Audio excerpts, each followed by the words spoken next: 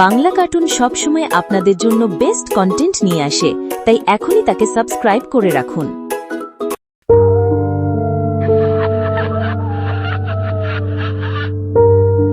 এক অন্ধকার জঙ্গলের বুকের ভেতর, যেখানে বাতাসও শীষ দিয়ে ভয় দেখায়, সেখানে এক ছোট্ট কুঁড়ে ঘরে এক ডাইনি নিজের অভিশপ্ত রূপ নিয়ে বসবাস করে। না, আমাকে এই জঙ্গলে একা একা আর থাকতে ভালো লাগছে না। আমিও সংসার চাই, সুখ চাই। মানুষ আমাকে কেন ঘৃণা করবে?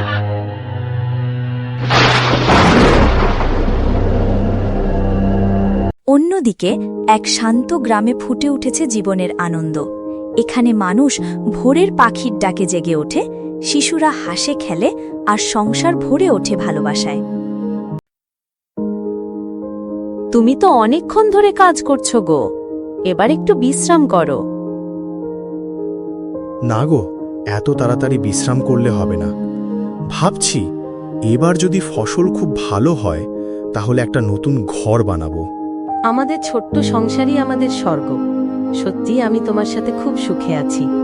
অজিত ও লতার ছোট্ট সুখের সংসার, কিন্তু তারা জানতো না তাদের এই সুখের সংসারে এক ডাইনির নজর পড়ে গেছে।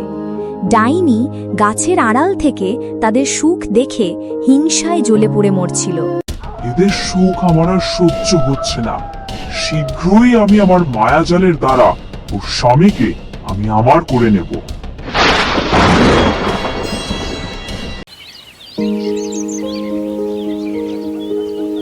একদিন সকালে অজিতের মাঠের কাজে চলে যাবার পর লতা কাঠ কুড়োনোর জন্য জঙ্গলের দিকে যাচ্ছিল, কিন্তু সে জানত না যে তার সুখই হল ডাইনির চোখের কাঁটা। তার জন্য ডাইনি জঙ্গলে এক ভয়ঙ্কর ফাঁদ পেতে রেখেছিল। লতা বৌমা, এত সকাল সকাল কোথায় যাচ্ছ? আমি তো কাঠ কুড়ানোর জন্য জঙ্গলের দিকে যাচ্ছি। কাঠ কুড়াতে যাচ্ছ যাও, কিন্তু সাবধানে থেকো, আর গভীর জঙ্গলের দিকে যেও না। আমি শুনেছি ওই জঙ্গলে নাকি এক ভয়ঙ্কর ডাইনি বসবাস করে। লতা বুড়িমার কথাগুলোকে বেশি গুরুত্ব না দিয়ে কাঠ কুড়ানোর জন্য জঙ্গল চলে গেল, কিন্তু জঙ্গলে গিয়ে লতা অবাক হয়ে গেল। এই তো অদ্ভুত ব্যাপার, আজকে তো জঙ্গলে একটাও কাঠ বা গাছের শুকনো ডালপালা দেখতে পাচ্ছি না। কেউ কি আগেই কুড়িয়ে নিয়ে চলে গেছে? তাহলে তো আমাকে এবার গভীর জঙ্গল থেকে কাঠ কুড়িয়ে নিয়ে আসতে হবে।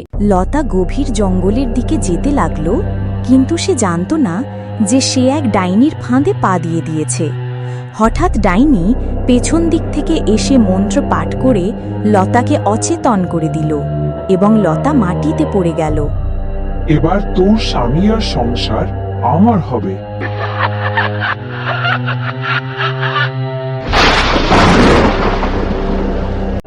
ডাইনি লতার রূপ ধারণ করে গ্রামে চলে গেল, আর লতা অচেতন অবস্থাতেই জঙ্গলে পড়ে রইল।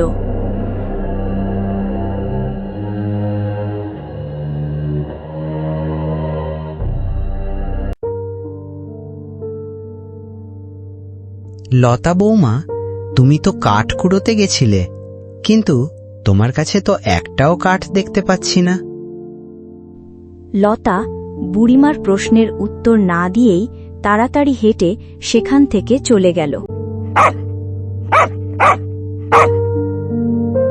রাস্তার কুকুরগুলো লতাকে যখনই দেখত ঘেউ ঘেউ করে তাড়িয়ে দিত।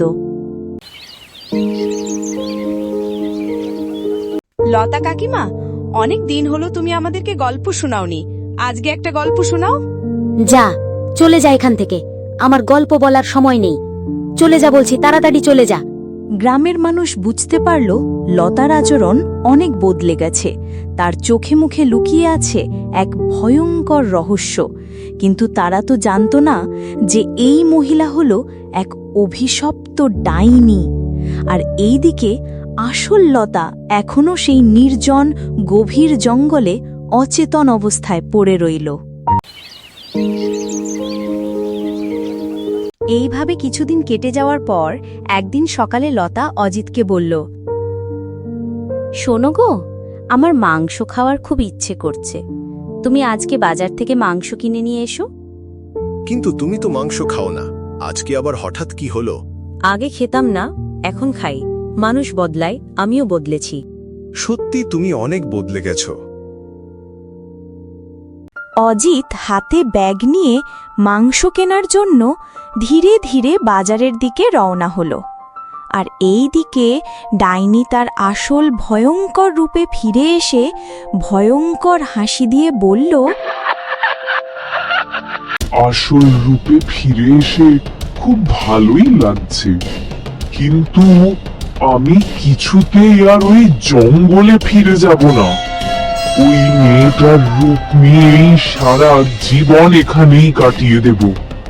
তাছাড়াও আমাকে এখানে ঘর সংসার করতে খুব ভালোই লাগছে।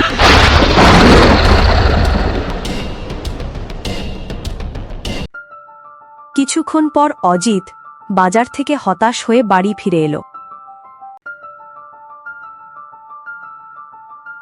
আজকে বাজারে মাংসের দোকানের সব মাংস আমার যাওয়ার আগেই বিক্রি হয়ে গেছে, তাই মাংস পেলাম না গো। কালকে আমি তাড়াতাড়ি বাজারে গিয়ে মাংস কিনে নিয়ে আসব, কেমন? একটা কাজও তোমার দ্বারা ঠিক মতো হয় না। চলে যাও আমার চোখের সামনে থেকে। শুধুই শুধুই রাগ করছো। কালকে এনে দেব বললাম তো। সত্যি লতা, তোমার আচরণ অনেক বদলে গেছে। অজিত বুঝতে পারল লতার আচরণ অনেকটাই বদলে গেছে। আগে যেমন সহজ সরল ছিল, এখন আর তেমন নেই। কথা বলার ভঙ্গিও যেন কেমন পরিবর্তিত হয়ে গেছে। অবশেষে সন্ধ্যা হয়ে গেল, আকাশে আধার নেমে এলো, কিন্তু লতা এখনো সেই নির্জন গভীর জঙ্গলে অচেতন অবস্থায় পড়ে রইল।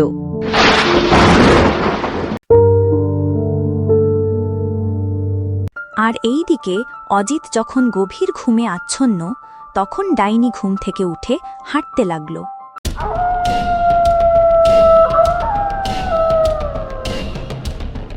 এবার আমি আমার কাজটা করে ফেলব।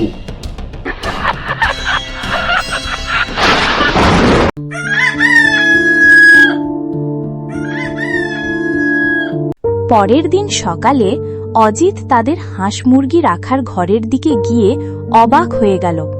সে দেখল একটি হাঁস কম আছে।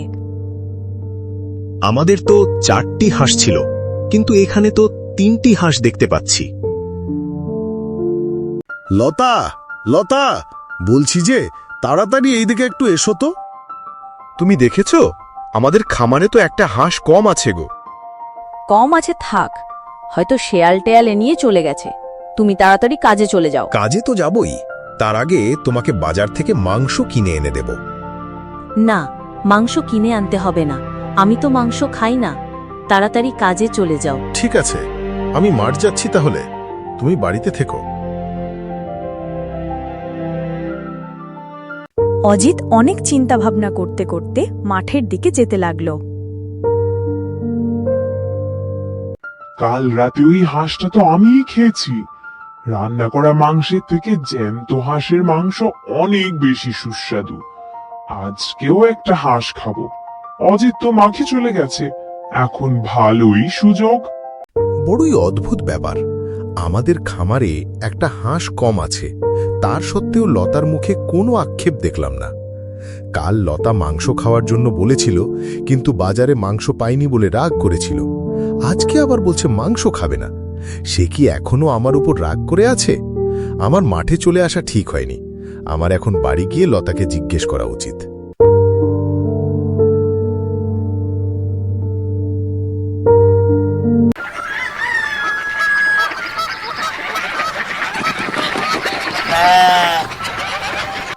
আমাদের খামার ঘর থেকে এই কেমন শব্দ আসছে?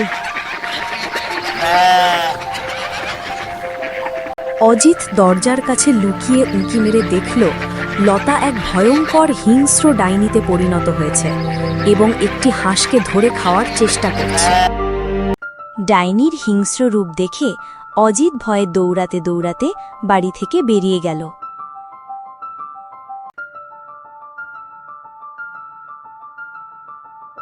কি হয়েছে অজিত? এত জোরে দৌড়াতে দৌড়াতে কোথায় যাচ্ছ? লতা নয়, আমার বাড়িতে যে আছে ও লতা নয়, ও হলো এক ভয়ঙ্কর ডাইনি। আমি এক্ষুনি দেখে এলাম, ও আমার খামার ঘরে ঢুকে হাঁস খাওয়ার চেষ্টা করছিল। আমি ওর ভয়ঙ্কর রূপ দেখে ভয়ে পালিয়ে এলাম। এখন কি যে করব আমি কিছু ভেবে পাচ্ছি না। এ তো এক ভয়ঙ্কর বিপদ। তাতেই বলি, লতা বৌমার আচরণ হঠাৎ করে অমন বদলে গেল কেন?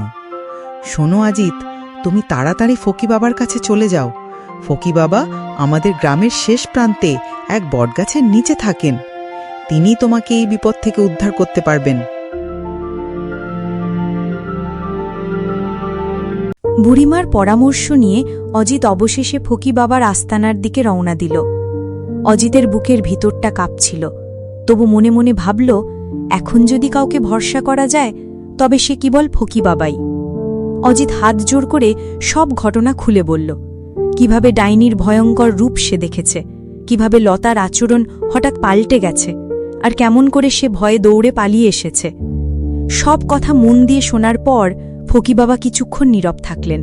তারপর ধীরে ধীরে ফকি বাবা বললেন, অজিত, তোমার ভয় পাওয়া স্বাভাবিক, কিন্তু মনে রেখো, অশুভ শক্তি যতই প্রবল হোক না কেন, তার প্রতিকারও আছে। তুমি যে সত্যতা দেখতে পেয়েছ সেটা অমূল্য। এখন তোমাকে সাহসী হতে হবে, কারণ সামনে কঠিন সময় আসছে।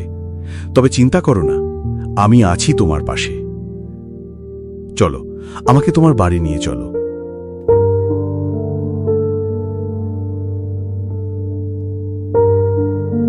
অজিত ধীরে ধীরে সাহস সঞ্চয় করে ফকি বাবাকে নিয়ে নিজের বাড়ির পথে হাঁটতে লাগল।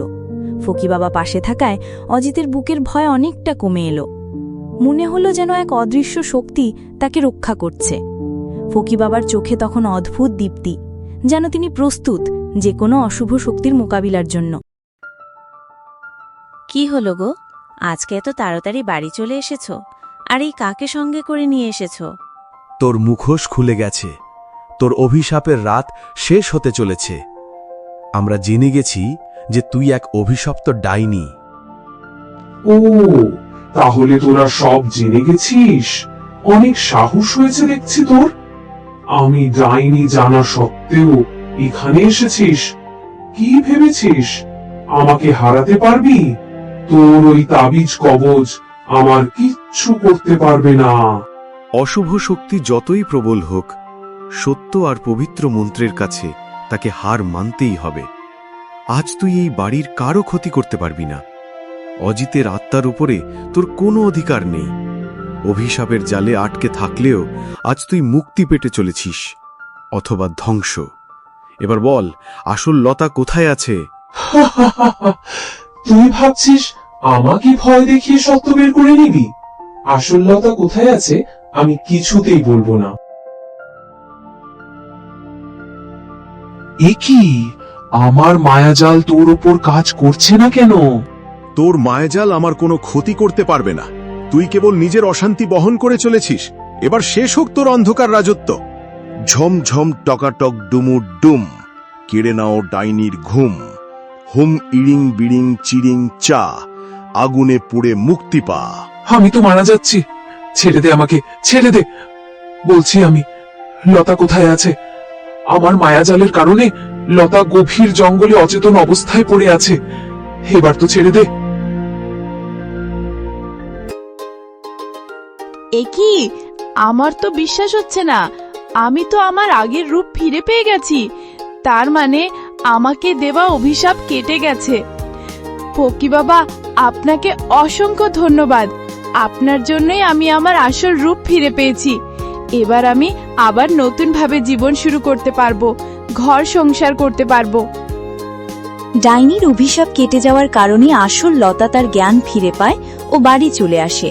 আর ডাইনি তার আসল রূপ ফিরে পেয়ে পুনরায় মানুষ হয়ে নতুনভাবে জীবনযাপনের সুযোগ পায়। গ্রামে আবার শান্তি ফিরে আসে এবং সকলে সুখে শান্তিতে বসবাস করতে থাকে। গল্পটি যদি আপনাদের ভালো লাগে তো ভিডিওটি লাইক, কমেন্ট, শেয়ার ও চ্যানেলটিকে সাবস্ক্রাইব করতে ভুলবেন না।